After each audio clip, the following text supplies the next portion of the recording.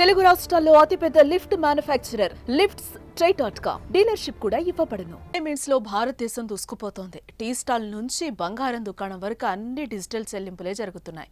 కోట్ల బిజినెస్ జరిగే వ్యాపారంలోనే చిరు వ్యాపారులు కూడా డిజిటల్ పేమెంట్స్ స్వీకరణకు సయ్యనడంతో స్మార్ట్ ఫోన్ కలిగిన ప్రతి ఒక్కరూ యూపీఐ పేమెంట్సే చేస్తున్నారు. 2019లో 34% నుంచి 2024లో 83% పెరిగిందంటే ఏ రేంజ్ లో మనం యూపీఐ ట్రాన్సాక్షన్స్ జరుగుతున్నాయో అర్థం చేసుకోవచ్చు. అయితే ఫిబ్రవరి 1 నుంచి కొందరు యూపీఐ పేమెంట్స్ చేయలేరు. వారిలో మీరు కూడా ఉండొచ్చు. కారణం ఏంటో ఇప్పుడు చూడండి.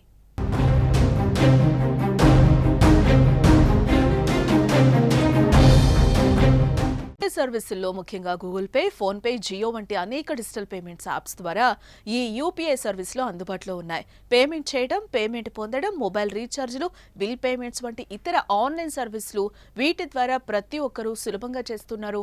ఇప్పటి వరకు యూపీఐ పేమెంట్స్ లో ఎలాంటి ఆటంకం రాలేదు.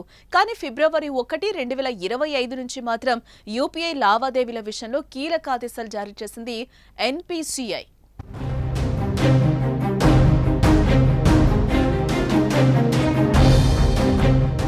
గత జనవరి 9న జారీ చేసిన సర్క్యులర్లో ఎన్పీసీఐ యూపీఐ సాంకేతిక వివరణలను అనుసరించి యూపీఐ లావాదేవీ ఐడీలు సరైన రూపంలో ఉండాలని సూచించింది. ఏదైనా యూపీఐ యాప్స్ లావాదేవీ ఐడీలో స్పెషల్ క్యారెక్టర్లు అంటే #, వంటి వాటిని ఉపయోగిస్తే ఆ లావాదేవీ రద్దు చేయబడుతుంది. ప్రస్తుతం భారతదేశంలో లావాదేవీ ఐడీలో స్పెషల్ క్యారెక్టర్స్ ను ఉపయోగించే అనేక యాప్లు కూడా ఉన్నాయి.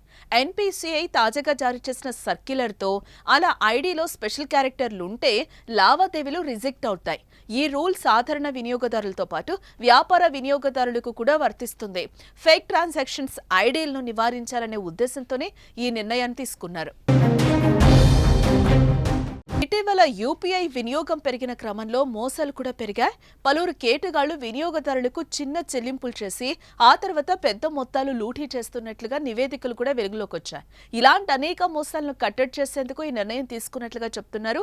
ప్రధాన పేమెంట్ అగ్రిగేటర్లు ఈ ఆదేశాలను ఇప్పటికే పాటించినప్పటికీ కొంతమంది ఇంకా ఈ నిబంధనలు పాటించట్లేదు. 2025 ఫిబ్రవరి 1 నుంచి నిబంధనలను పాటించని ఆ యూపీఐ ఐడీలకు సంబంధించిన లావాదేవీలను కేంద్ర వ్యవస్థ రద్దు చేయనుంది. పేమెంట్ చేయడంతో పొందే అవకాశం ఉండకపోవచ్చు.